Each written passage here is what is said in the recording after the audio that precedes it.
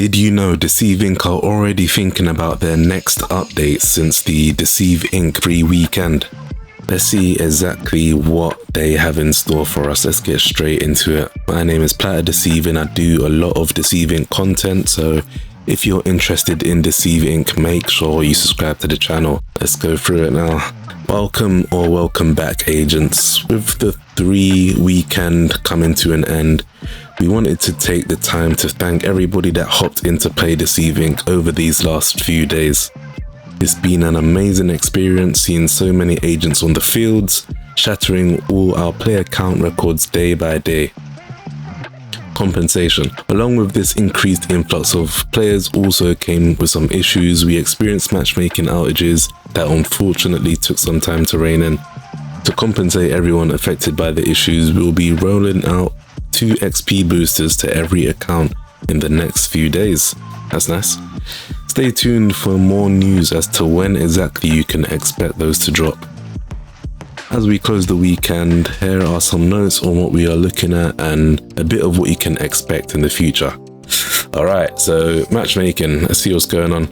We're having an in-depth review of what exactly led to the problems we experienced at peak times during the last few days.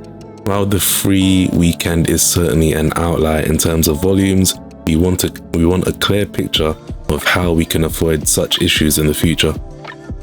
Spawn location, so this one is a huge one. Some matches you literally spawn like a few meters away from somebody else. You run to an intel and somebody's already shooting you in your back, or you're already shooting someone in the back.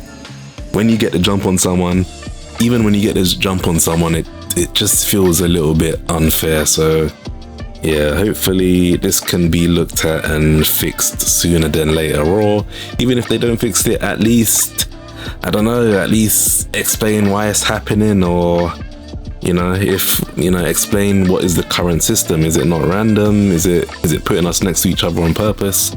We need to know what's going on, because yeah, there's too many matches where I've died in the first flipping 10 seconds. Too many. So yeah, there's been quite a bit of chatter about spawns that are still too close from each other. While we want the early game to be full of unknown and still bring the tension of someone being possibly close to you, we don't want direct line of sight on an enemy spy. We will continue iterating on them and tweak the most egregious ones in the very short term. Spawns can be tweaked on the server side without any update, so you can expect them to evolve in the near future to remove locations that are too close for comfort. That's good. Alright, the heat system. So with the heat system, I feel like most people aren't really satisfied with the heat system how it is at the moment. You have to kill 3 NPCs just like back to back basically instantly for you to get the first level of the heat system, which is 30. You take 30% extra damage. But the issue is it doesn't apply to security guards, and realistically nobody's really running around killing civilian NPCs and staff NPCs and all that kind of stuff. 9 times out of 10 you're going to be killing the security guards, because they're the ones that aggro you. They're basically the most valuable NPCs for the most part of the game as well. They're just flexible. You need them to get into security rooms, you need them to go for the briefcase, yeah, so it's good that they're looking at this heat system. Let's see what they have to say about it exactly. Let's be very clear, we are turning up the heat. This has been one of the most requested items across all chatters, and this was only amplified during the free weekend. We are actively working on a more robust, more reactive and more long-lasting heat system. Yeah, so the other thing is, it felt like as soon as you got the heat level, it felt like it only lasts, I don't know, it just felt like it just lasted like 2 seconds and then you're back to normal. Like, you're not really getting punished for anything. We will evaluate if we can bring some parts of that rework sooner rather than later, but the overall system tweaks are significant and will require a full patch to roll out.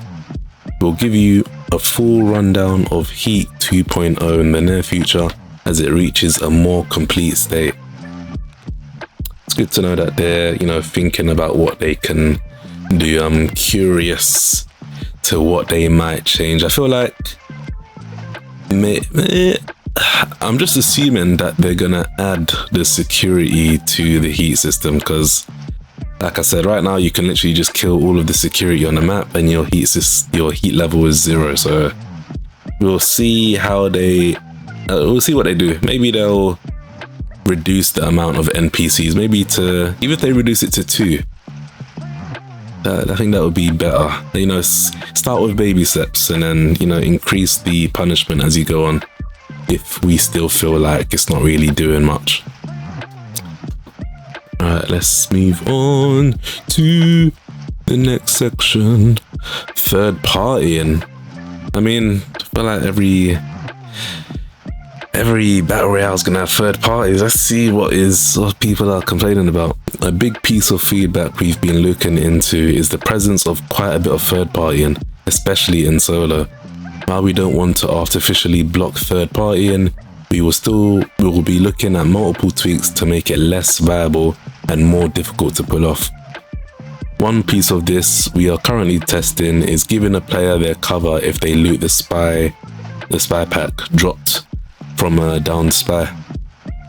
This means that you can go right back into cover and disappear back into the crowd after a fight instead of sticking out for a while with low health. I feel like this is quite a smart thing. I know some people are saying if you get a kill you should get your whole health back.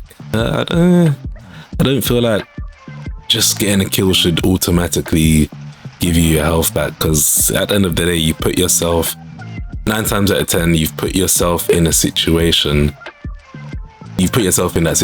for you to be low health in the first place. So I don't feel like just because you get a kill you should automatically get full health. That could be like someone's passive or something, but I don't feel like that should be, everyone in the game just gets their health back. So I'm glad that they've taken this cover route, something a bit different.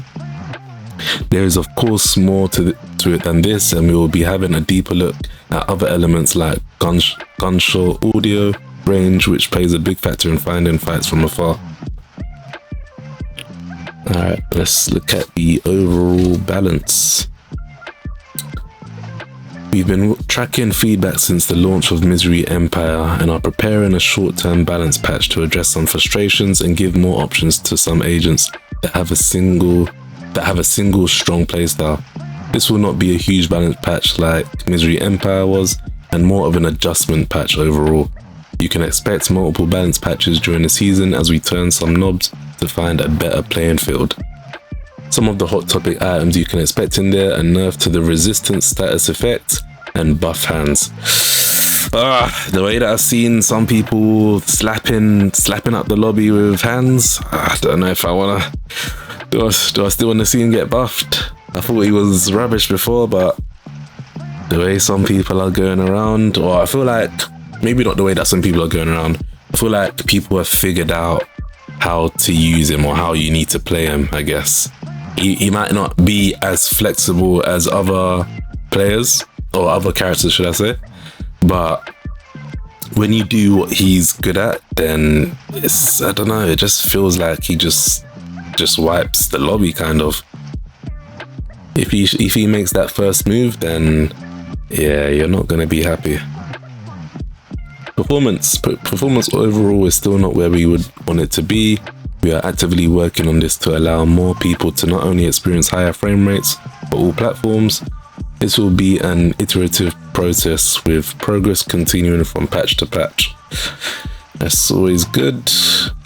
That's good. Bug fixes, as always, we are passing through the bug reports we've seen crop up during the weekend. We'll be looking at them by how much they affect the gameplay experience, and will prioritize fixing the most disruptive or exploitative ones in the short term. To be clear, this does not mean we do not know other bugs exist or think they should not be fixed. It means we have to put critical issues before others to get them fixed in a timely manner. Bug fixes will continue in a steady stream over all future patches. So yeah, here is the current roadmap. We've finished the short-term goals. We've finished all of the yeah, I guess we finished all of the first content update. So next, custom games, more agents, a new map, and a kill cam. We don't have a due date for that at the moment, but yeah, it's coming. It's coming, my fellow deceivers. The team have been hard at work on the items mentioned in previously released roadmap, which you can see above. Those that have been completed now have a check mark. As development continues, we'll be getting a refreshed and updated roadmap out to players in the near future. And that's it for today. Once again, thank you so much for taking time to jump into Deceive Inc. Thank you for writing your feedback, and thank you for taking part in this amazing community we've had the pleasure of working with this past month. So yeah, make sure you like and subscribe. I do a lot of Deceive Inc content. If you are interested in Deceive Inc, then make sure you watch this after this video. But until next time, do what makes you happy. Peace.